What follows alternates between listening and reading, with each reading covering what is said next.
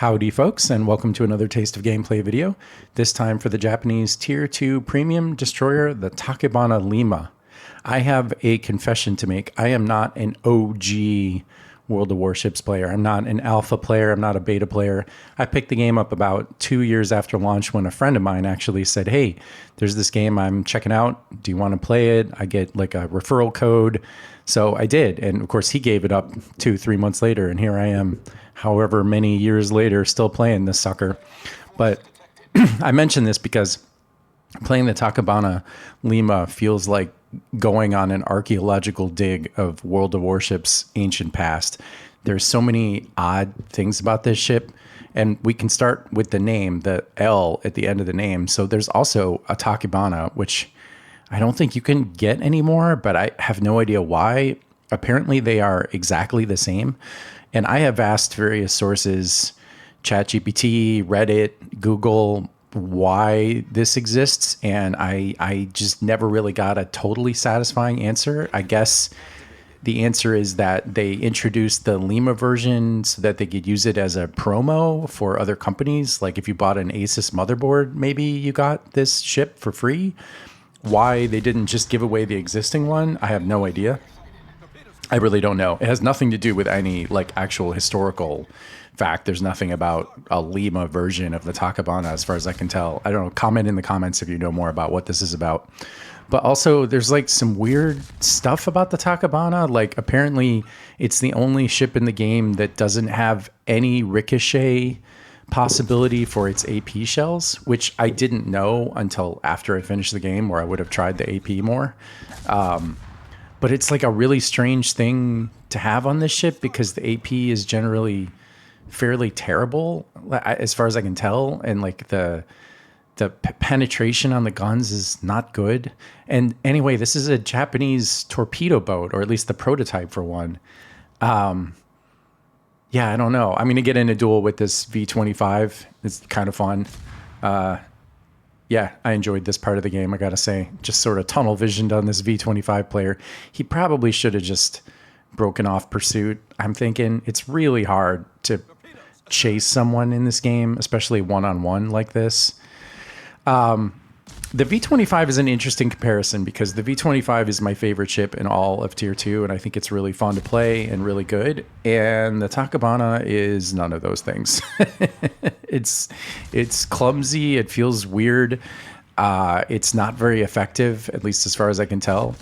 And it's interesting because they're not all that different, and it's kind of a textbook example of how some small differences can really make a pretty big deal. Like, especially if you're not overly familiar with World of Warships, you might look at stats and just think like, oh, this isn't that big of a deal. And yet it is. So a few big differences of the Tachibana versus the V25. One is the torpedoes only go to 5 kilometers instead of 6, which doesn't seem like it would be a big deal, but actually kind of is, especially when you pair it with the fact that the torpedoes on the Tachibana are painfully slow. Now, they're not exactly speedy on the V25. V25, they're 49 knots, which is, pretty bad.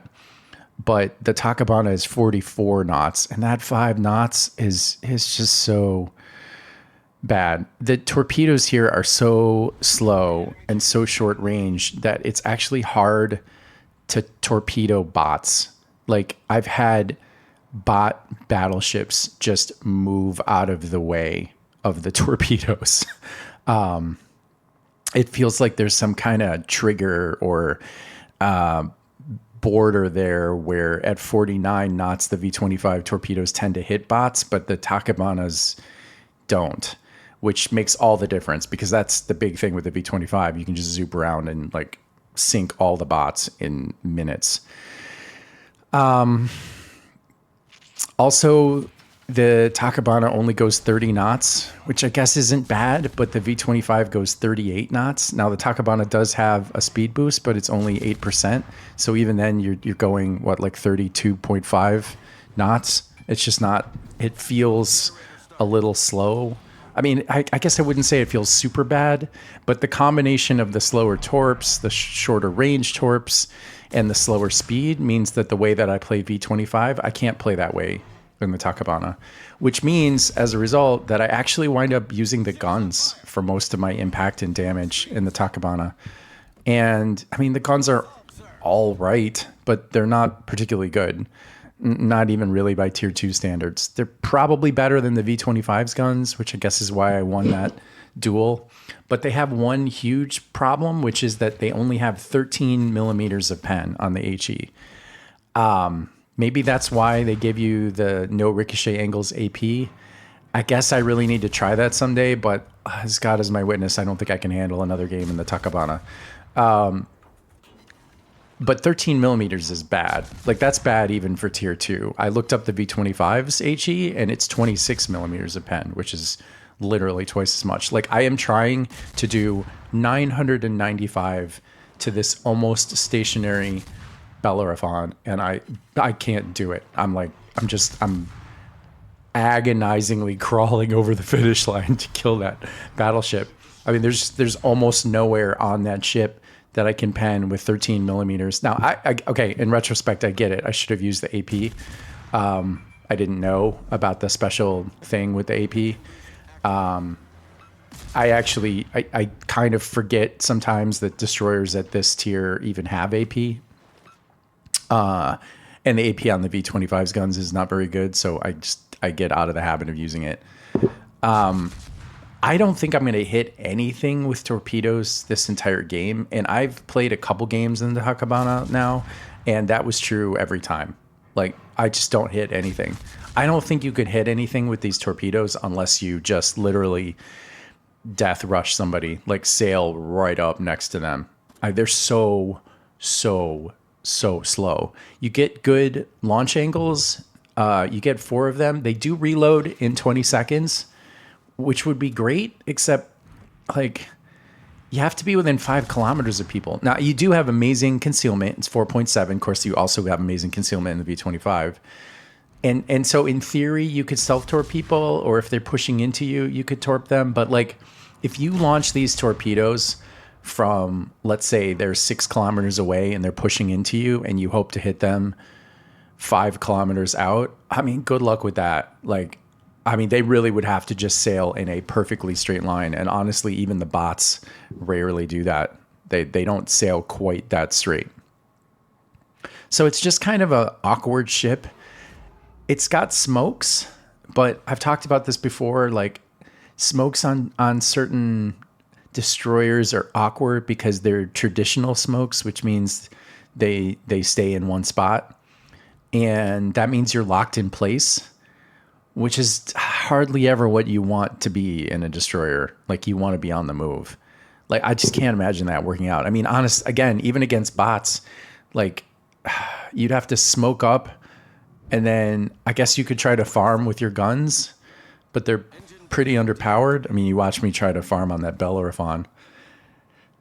Or you could torp people, but now you're stationary. I mean, I don't know. It's just an awkward ship.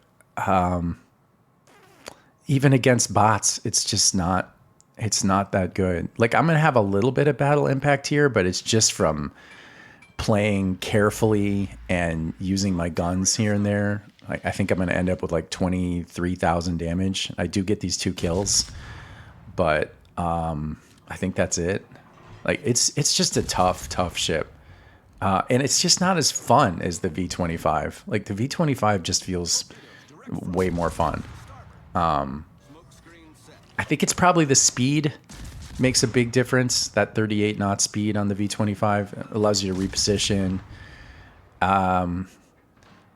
It's not the guns on the V25. They're mediocre at best. So yeah, it's the speed and it's the torpedoes.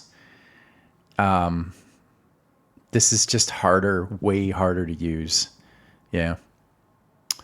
I guess it's not terrible. It's not a terrible ship. I mean, there's worse. Like, I'd rather be in this ship than any of those tier 2 cruisers. It's more fun than that because at least you get to kind of sail around the map. But especially given it's a premium, I don't know why you would want this when the V25 is a tech tree ship, unless you're just a collector and you want this just for historical reasons or because you want to collect every ship in the game. Like me, playing every ship in the game like a weirdo. Anyway, I did enjoy this game because there were enough players to make it fun. But yeah, I don't know how many games I'm going to play in the Tachibana. I'll see you guys next time.